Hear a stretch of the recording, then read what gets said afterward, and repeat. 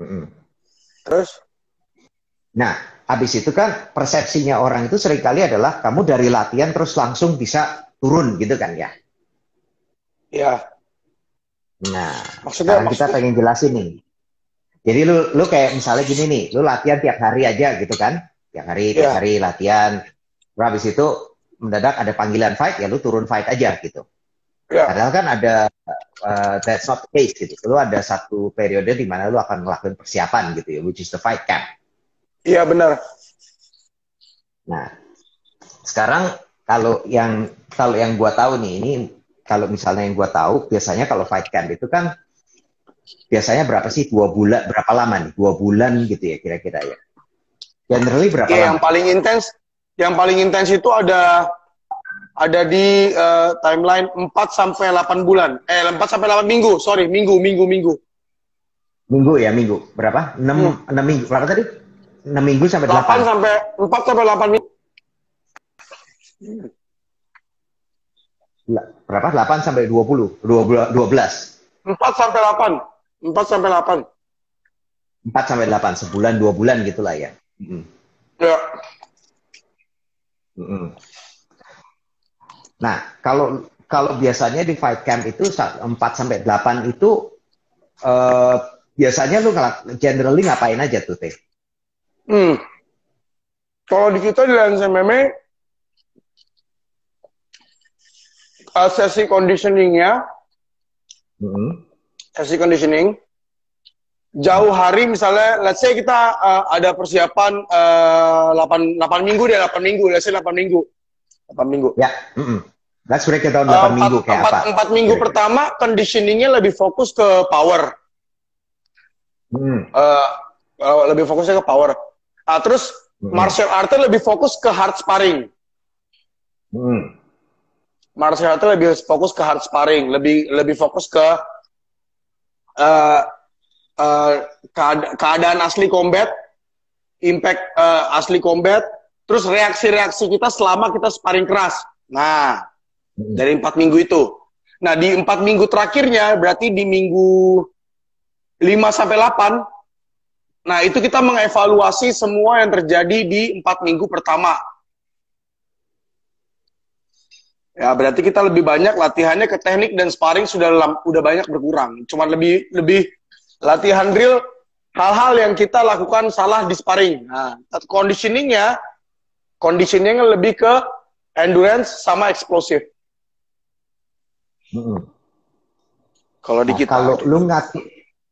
Kalau lu ngatur game plan pada saat awal itu kan ya, pada minggu pertama, kedua itu ya. Kenapa?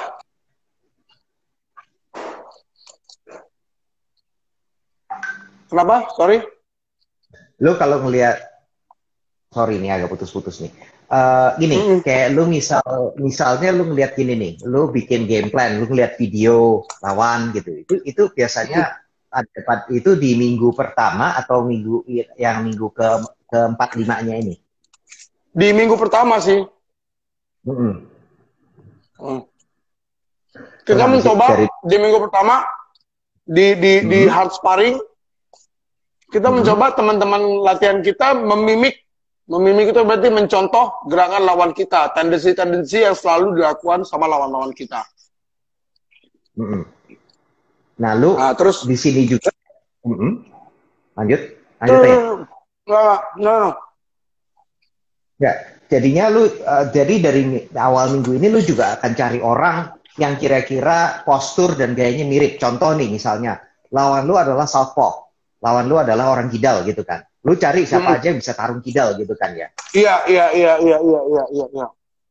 Lu cari orang yang kidal yang kira-kira posturnya sama, dicari. Kalau misalnya kelas yang lebih tinggi, tingkatan yang lebih tinggi lagi ya, mungkin kadang malah sampai datengin orang dari luar gitu kan ya, yang kira-kira gitu. Contoh aja itu kayak waktu gue lawan Ahong juga kan. Gue pergi ke Bali kan khusus spesifik buat nyari orang-orang yang satu berat sama gue ataupun lebih besar kan. Karena Ahong kan punya overhand kanan yang keras kan. Contohnya hal-hal seperti itu. Di Bali juga kita paling kerasnya cuma di bulan-bulan awal sih. Di bulan-bulan akhir udah temper down banget. waktu lu udah capek, mungkin lu udah ada kayak ya udah sore, udah apa tuh namanya resiko untuk turun untuk cederanya makin tinggi, Iya, lu agak turunin sedikit ya supaya iya, apa tuh supaya jangan sampai gini lah, jangan sampai lu 2 minggu sebelum fight terus habis itu mendadak cedera. malah cedera Ah, gitu. Aduh, wassalam deh itu udah. itu yang paling parah. Mm-mm.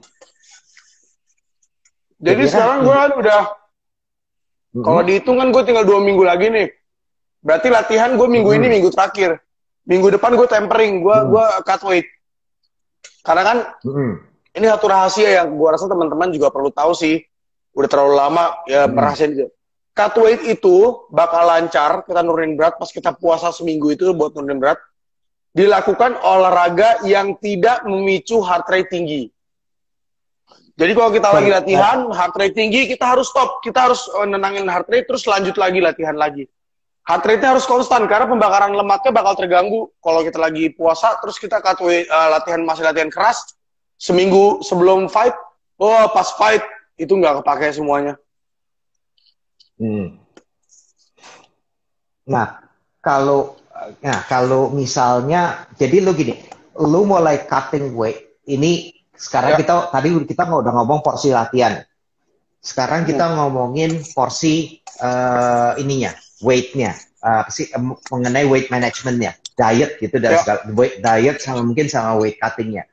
Itu Ya. mungkin pertanyaannya gini, pertama, lu pertama kali masuk camp, biasanya berapa kilo off dari ini, dari fight weight? Sebenarnya gue ngomong yang terbaik dulu ya. Ngomong yang terbaik dulu ya. Sebenarnya yang terbaik itu kita ada di 10% lebih berat daripada berat fight kita. Sebenarnya. Which is kalau di kasus gua adalah di 84 sampai 85 ya. Sekitar segitu, soalnya kan 10% dari 77 kan sekitar 7,7 ya. 7,7. Nah, berarti gue di 84 atau 85, di situ kita maintain berat kita di situ. Kalau bisa, kalau drop dia bagus, tapi kalau nggak bisa kita maintain dulu di situ. Build as much muscle as you can at that weight. Terus cut the water a week before the fight. Soalnya jadi lu tetap punya power di kelas itu, di berat 84. Berat yang lu susutin ke 77 itu cuman air. Cuman air yang ada di badan. Itu water cut. Nah, jadinya lu 10%. Jadi waktu masuk camp itu kira-kira 10% lebih tinggi gitu ya? Atau pada saat cut? Ya, harusnya. Tapi kalau fight camp ini gue amburadul sih.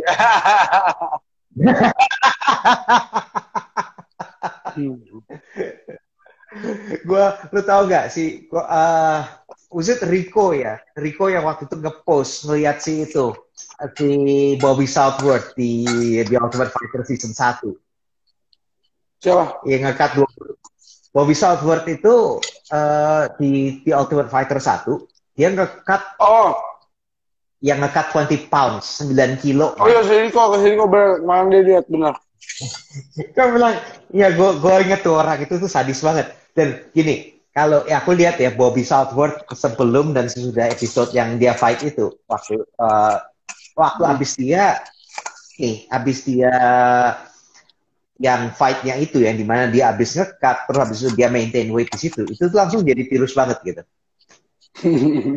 Kayak bener-bener orangnya beda banget kan. It's just like a completely different person gitu. Orang apa tuh tirus di sini gitu. Habis itu juga tampangnya nggak kayak dulu lagi, nggak kayak episode yang sebelumnya itu. Tapi that was extreme, man. Gila lu.